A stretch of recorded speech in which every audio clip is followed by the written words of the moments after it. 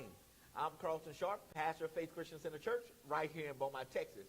And we're here on what's happening in our neighborhood. And today my special guest is Miss Brenda Spivey, the president of the local NAACP. Welcome, Miss Spivey. Thank you so very much. Hey, tell us a little bit about yourself. Well, I'm a native Beaumonter. I've been here all my life, finished from Hebert High School several years ago. Just a few years ago. Just a few years ago, right. I've become president most recently, and I've been a member of the NAACP for quite a few years as well, supported with my family and all. Always involved in other things in our community. I'm involved in my church. It's the West Tabernacle Baptist Church. Okay. I'm also involved in several women's organizations and other civic organizations here in the city. So, Ms. Spivey, tell us a little bit about the NAACP. Sure. Well, the NAACP, as we all know, or should know, it is the oldest, the boldest organization in the nation concerned and fighting for equality and justice for all Americans, regardless of race, color, creed, or nationality. And we can consistently strive on membership. Membership is the goal. We are supported through membership, members supporting it financially and helping us as an organization to remain independent. So if the members don't support us, then we can't be independent because we don't want just anyone providing us with financial support. So Ms. Spivey, so how is the NAACP involved in all of the recent activities that are happening in our nation? The Starbucks situation, I mean, some of the police brutality situations. So tell us a little bit about how. On the national level, specifically, our national organization is definitely monitoring and involved in almost every aspect of what is going on in our nation. They are looking at the civil, social injustice, the police brutality. You may not hear from national, but they are looking at everything. We have investigators and various departmental members of our organization from every level of the state, because we're in every state in the union. So therefore, we're looking at those things. We're particularly concerned, and the Starbucks issue was quite an issue in our opinion, both national and locally, because the results of it set the tone and set a style that others need to follow, because the individuals that were infringed upon with their civil rights, they fought for their own justice, and they used the legal system to accomplish that, and they accomplished it real well, and they set a tone that all Americans, businesses, need to follow. Yes, ma'am. So what about our local organization here in this area? Well, on a local basis, we're concerned about the same things that's going on, but we look at specifically what's going on in our court system here. We have some disparities here in our court system. We have some issues in our police department. We definitely have some concerns with our education system. We're making changes all the time, and we're trying to make changes that will represent and take care of the prime responsibility of education, and that's educating all of our children, that they all receive the same quality of education, and the changes that go on in the district will benefit them to the highest. So we're concerned about that. We're working on, we're part of a committee that works with the district. We're getting involved in a lot of other areas of our community, partnering with other organizations. In doing that, we not only support what their goals are, they become a part of what we're working for. And the two groups or the two partners or whomever we partner with, we're working on each other's goals. And sometimes in most of these partnerships, we find that we have some of the same concerns. Right. We have some of the same. That's right, quite. And the more you partner, the more successful you can accomplish growing your membership and also meeting your final determination of what you're trying to arrive at. And that's the overall goal of the NAACP, is to make sure that there's equality and justice for everybody. Everybody. Not just one race of people, but all people. Yeah. A lot of times people's civil rights or social justice has been infringed upon, and they don't even know it. It's amazing that when you get to talking to people, they'll tell you about an incident, and I'll talk to them and say, do you realize really what happened in that situation? And they say, what do you mean? And then I have to explain to them. Right. Because sometimes we're so used to circumstances being the same, we think that's the right situation that we're in. And it has to be brought to people's attention sometimes. You know, and really to go back in history a little bit, I mean, the NAACP was instrumental in making sure that we had the Voting Rights Act. That's right. and many other things that we have the privilege of enjoying right now. You could trace it back to the activities of the NAACP. All the way back. In fact, we started off working and being involved in civil and social justice issues since 1904. That makes us pretty old. Wow. I have to say us. Yeah. No. Yes. So Ms. Spivey, where in the local area do you meet? Well, we have an office that we actually operate out of, and right now our meetings are held at the Johns Library on Panet Road. We meet every second Thursday of the month at 6 p.m., and we invite everyone to come out. We have a meeting of about an hour. We try not to hold people too long, but we address, the agenda is always addressing some of our local concerns, Right. getting more members, of course, because the larger the membership, the stronger the organization. Right. So that's what we're always working on is membership, and we always encourage individuals not to just come out and check us out, but come out and check us out and get involved in our organization. I don't want just members with a name and a number and that they gave $30, which is our initial adult membership, but I want them to join and find out that we're a worthwhile organization for being a part of, and not criticize us and say what we're doing or not doing. Help us to do what you think we ought to be doing. Right. Don't just talk about it, be about it. Be about it. That's exactly right. We have various levels of membership. We start off at $30 for the average adult, and then we have a membership for $10 for youth. So we can meet everyone's financial need as well as their ability to pay. And also, if you want to grow in the organization, we have another levels of lifetime membership, starting off at our Silver Life membership, and it goes all the way up into the Diamond Life. But you have to complete one life membership before you move to the next level. That's called advancing. Advancing in membership. Advancing. And that keeps that money coming in, because if you just buy one membership and you bought it in 10 years ago, we can't live off of that. We can't survive off of that membership you bought 10 years ago. So we need you to keep on paying and keep on being involved. And again, it's for any person. It's for any person. It doesn't matter what their race is. Doesn't matter. Or their All we want them to be genuinely concerned about what the NAACP is all about. We don't want them to be giving us any fake, as the president talks about. We don't want anything fake. We want it all to be real, for real. Now, Ms. Spivey, you also, right now, you're in the process of getting ready on this coming Friday to have the 35th annual Freedom Fund Banquet. That's correct. So tell us a little bit about that. Well, this is the 35th Freedom Fund Awards Banquet, and we've been doing these Freedom Fund banquets for a number of years, this being our 35th. But the focus of the banquet is not who's speaking and none of those other issues. It's really bringing together the funds that we can collect from that banquet as a resource to provide scholarships to some of our local students. And this year we will be awarding 3 scholarships based on our goal and the interviews that we've had with several kids in our community. In fact, it was very difficult for us to make the decision for just 3 this year, because they had some great class ratings. Their grades were great. Their involvement in the community was great. So we had a hard time picking just 3.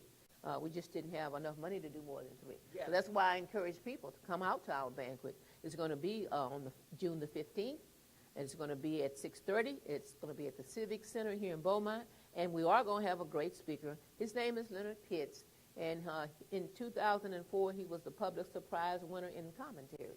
He comes out locally in our enterprise, as well as he comes out in the Houston Chronicle. And he has some great articles. I know out there's a lot of his fans. And if you want to talk to him and meet him personally, I invite you to come out Friday and shake hands with him and sit in the audience and hear him actually tell us what his articles are all about. He writes on a lot of civil issues. He speaks about his concerns, and most of his concerns overlap with some of the same concerns that the NAACP has. Yes, ma'am. Yeah. So it's not too late. I mean, it's only Tuesday today in order for you to be able to get your ticket for Friday. That's right. I know it's going to be a stellar banquet. Oh, we're looking forward. We have very few tables left, so I encourage people to get involved, because we started off with quite a few tables, and I've gotten overwhelming response from the community, and they're calling me about every 2 days. Even some of our members who bought tables before, they got to pay for them first, because if someone comes up with that cash, we're going to let that table go. So we're trying to encourage everybody to get involved. So if people who are watching today want to get a table, how much are tables and for the table? And then you tell us how much are tickets. Well, tables are $360, and that's 8 people at a table. The tickets are $45 each, and to get a table or a ticket, you just have to call our local office, 842-0294, and between the hours of 11 a.m. and 3 p.m., and the secretary will oblige you. She has tickets available, and she has whole tables available, and if you have trouble getting in touch with her, just call me. That's at 409-553-3657, and I'll be glad to help you out on that. We're looking forward to a great time with Leonard Pitts. We're going to recognize some of our people in our community that we've classified as living legends. Right. And but I can't tell you until you come. That's the big secret. You got to come and hear about it. It might be me. I'm a living legend. Might be you. Who knows? Yes, ma'am. Yes, ma'am. Yeah. I know I'm just joking. It's not me. No, it's not you. But I'll be there. I'll be there. We look forward to it. To be a part of this event. Yeah.